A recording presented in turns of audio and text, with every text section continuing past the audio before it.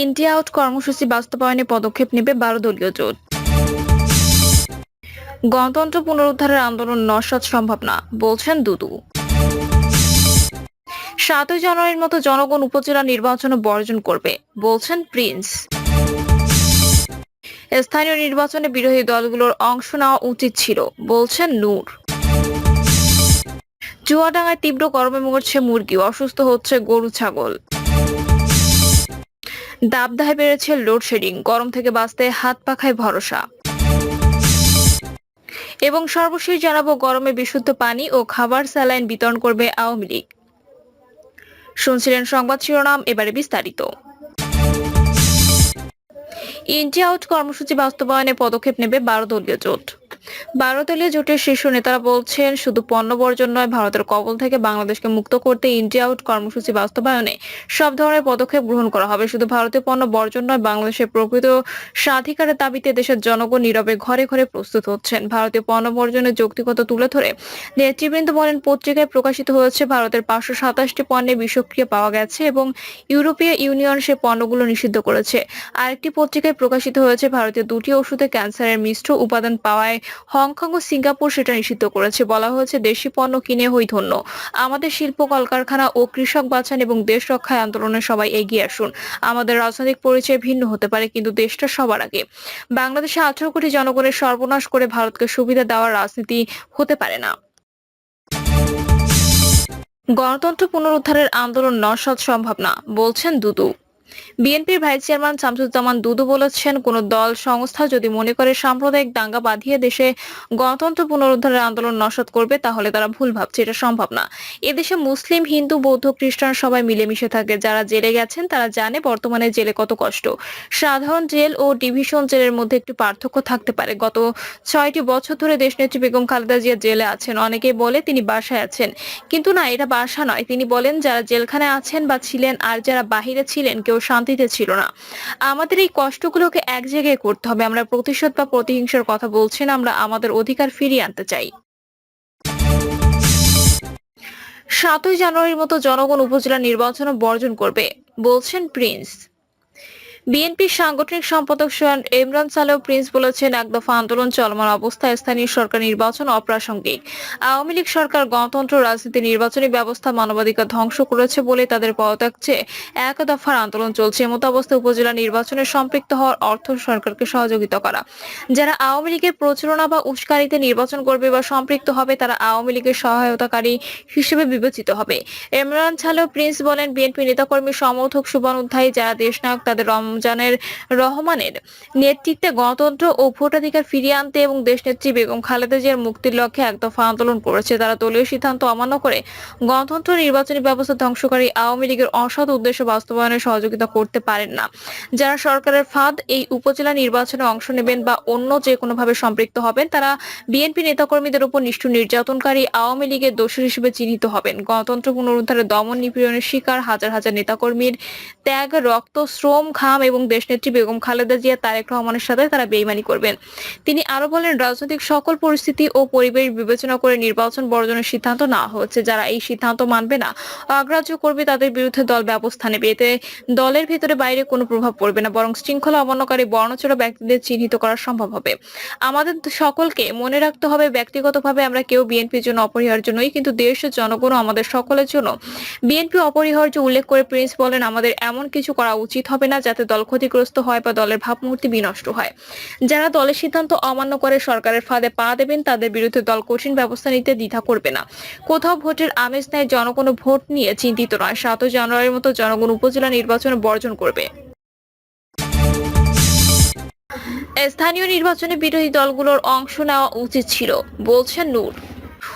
উপজেলা সহ স্থানীয় সরকার নির্বাচনে সরকার বিরোধী দলগুলোর অংশগ্রহণ করা উচিত ছিল বলে মন্তব্য করেছেন গণ অধিকার পরিষদের সভাপতি ও ডাকসুর সাবেক ভিপি নুরুল হক নূর। প্রধান অতিথির বক্তব্যে ভিপি নূর বলেন, উপজেলা নির্বাচন উপহাসে পরিণত হয়েছে। যদিও আমি মনে করি বিরোধী দলগুলোর সম্মিলিতভাবে উপজেলা সহ স্থানীয় সরকার নির্বাচনে অংশগ্রহণ করা উচিত ছিল। নির্বাচন বর্জন করায় বিনা যুদ্ধে রাজ্য দখল করে নিচ্ছে তারা। নূর আরো বলেন, ফ্যাসিবাদের পতন মুহূর্তের মধ্যে হবে। দেশের স্বাধীনতা, সার্বভৌমত্বকে রক্ষার জন্য তরুণ যুবকদের এগিয়ে আসতে হবে। এতদিন অনেক রথী মহারথীরা জোট গঠন করেছে, ফ্রন্ট গঠন করে জাতির সর্বনাশ করেছে। তারা দেশ ও জনগণের মুক্তি এনে দিতে পারেনি।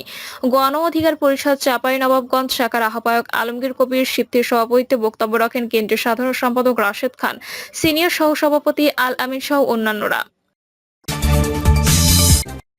চুয়াডাঙ্গায় তীব্র গরমে মরছে মুরগি, অসুস্থ হচ্ছে গরু ছাগল। চুয়াডাঙ্গা তীব্র গরমে প্রাণীকুলেও দেখা দিয়েছে অস্বস্তি। জেলার গরু ও ছাগলে বেড়েছে গরমজনিত রোগ, মারা যাচ্ছে মুরগি।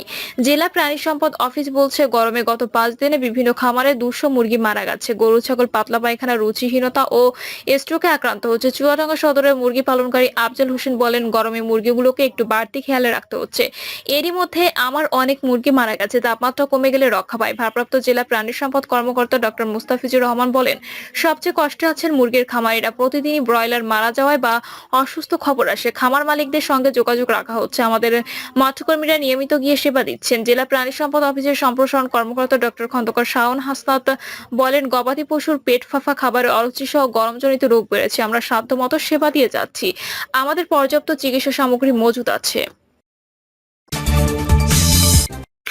দাবদাহে বেড়েছে লোডশেডিং, গরম থেকে বাঁচতে হাত পাখায় ভরসা। সারা দেশে টানা তাপপ্রবাহে বিপাকে পড়ছে মানুষ। গরমের সঙ্গে পাল্লা দিয়ে বেড়েছে লোডশেডিং। গরমে টাঙ্গাইলের লোডশেডিং এর কারণে শ্রেণীকক্ষের পাখা ঘুরছে না, ফলে তীব্র গরম থেকে রক্ষা পেতে শিক্ষার্থীরা হাত পাখা দিয়ে বাতাস করেছে। অনেকের সঙ্গে পাখা না থাকায় তারা বই খাতা দিয়েই বাতাস দেওয়ার চেষ্টা করছে। সরজমিনে টাঙ্গাইলের ভুয়াপুর উপজেলার ফলদা শরীফুন্নেছা বালিকা উচ্চ বিদ্যালয়ে গিয়ে এমন দৃশ্য দেখা যায়। বিশ্ববিদ্যালয়টি শিক্ষার্থীরা বাড়ি থেকে আনা টিফিনের খাবার গরমের কারণে মাঠে গাছের নিচে বসে খাচ্ছে। এছাড়া দাবদাহ থেকে রক্ষা পেতে শিক্ষার্থীদের জন্য 1 ঘন্টা পর পর বিশুদ্ধ পানি খাওয়ার ব্যবস্থা করা হচ্ছে। শুধু ফলদা শরীফুন্নেছা বালিকা উচ্চ বিদ্যালয় নয়, জেলার প্রতিটি শিক্ষা প্রতিষ্ঠানের অবস্থা একই। বিভিন্ন শিক্ষা প্রতিষ্ঠানে শিক্ষার্থীদের গরম থেকে বাঁচতে ভরসা হাত পাখা ও পড়ার বই।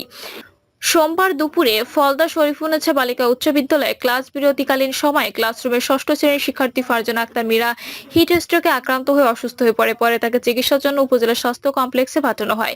বিদ্যালয়টির 6ষ্ঠ শ্রেণীর শিক্ষার্থী জিয়াসমিন জানায়, সকালের দিকে রোদ কম থাকলেও গরম থাকে, রোদের মধ্যে স্কুলে আসতে হয়েছে। লোডশেডিং এর কারণে গরম থেকে বাঁচতে তারা হাত পাখা ব্যবহার করেন। অনেকেই আবার পাখা না থাকায় পড়ার বই দিয়ে বাতাস দেন শরীরে। ফারজানা খাতুন নামে এক শিক্ষার্থী বলেন, বাইরে বাতাস নেই, শ্রেণীকক্ষে অনেক গরম, এর মধ্যে বিদ্যুৎ থাকে না, তীব্র গরমের মধ্যে ক্লাস করতে হয়। আমাদের এক সহপাঠী গরমে অসুস্থ হয়ে গিয়েছিল। ফলদা শরীফুন্নেছা বালিকা উচ্চ বিদ্যালয়ের শিক্ষকরা জানান, সরকারের নির্দেশে বিদ্যালয় খোলা রেখে পাঠদান করতে হচ্ছে। প্রচন্ড গরমে শিক্ষার্থীদের পড়ানোটাও অনেক কষ্টের। গরমে একটা ক্লাস নেওয়ার পর পরের ক্লাস নেওয়া কষ্টসাধ্য হয়ে পড়ে। ফলদা শরীফুন্নেছা বালিকা উচ্চ বিদ্যালয়ের প্রধান শিক্ষক সন্তোষ কুমার দত্ত বলেন, তীব্র তাপপ্রবাহে শিক্ষার্থী ও শিক্ষকদের নাভিশ্বাস অবস্থা। গরমে ছাত্রীরা অসুস্থ হয়ে পড়ছে। সোমবার 6ষ্ঠ শ্রেণীর একজন ছাত্রীকে টাঙ্গাইল জেনারেল হাসপাতালে ভর্তি করা হয়েছে। জেলা শিক্ষা কর্মকর্তা রেবেকা সুলতানা বলেন, গরমের কারণে বিদ্যালয়ে যাতে অ্যাসেম্বলি না করা হয় সে বিষয়ে নির্দেশনা দেওয়া হয়েছে। এছাড়া আরো কয়েকটি নির্দেশ দেওয়া হয়েছে। সরকারের নির্দেশ মেনে শিক্ষা প্রতিষ্ঠান চালু রাখা হয়েছে। তবে বিভিন্ন গণমাধ্যমে জানতে পেরেছি, মঙ্গলবার শিক্ষা প্রতিষ্ঠানগুলো বন্ধ থাকবে। গরমে বিশুদ্ধ পানি ও খাবার স্যালাইন বিতরণ করবে আওয়ামী লীগ। দাবদাহে সাধারণ মানুষের মাঝে 3 দিন বিশুদ্ধ পানি ও খাবার স্যালাইন বিতরণ করবে আওয়ামী লীগ। আগামীকাল মঙ্গলবার, বুধবার ও বৃহস্পতিবার রাজধানীর 6 স্থানে এসব বিতরণ করা হবে। আওয়ামী লীগের ত্রাণ ও সমাজ কল্যাণ বিষয়ক উপকমিটির উদ্যোগে তীব্র গরমে সাধারণ মানুষের মাঝে বিশুদ্ধ পানি ও খাবার স্যালাইন বিতরণ করা হবে। আগামীকাল 30 এপ্রিল থেকে 2রা মে পর্যন্ত রাজধানীর ঝিগাতলা, মতিঝিল, বঙ্গবন্ধু এভিনিউ, মিরপুর 10 নম্বর, গুলশান ও নতুন বাজার এলাকায় এই কার্যক্রম পরিচালনা করা হবে। এই 3 দিন বেলা 11টা থেকে বিকেল 3টা পর্যন্ত বিতরণ কার্যক্রম চলবে। প্রিয় দর্শক, এই ছিল এখনকার সর্বশেষ সংবাদ। আপডেট সব সংবাদ পেতে চ্যানেলটি সাবস্ক্রাইব করে বেল আইকনটি ক্লিক করে রাখুন।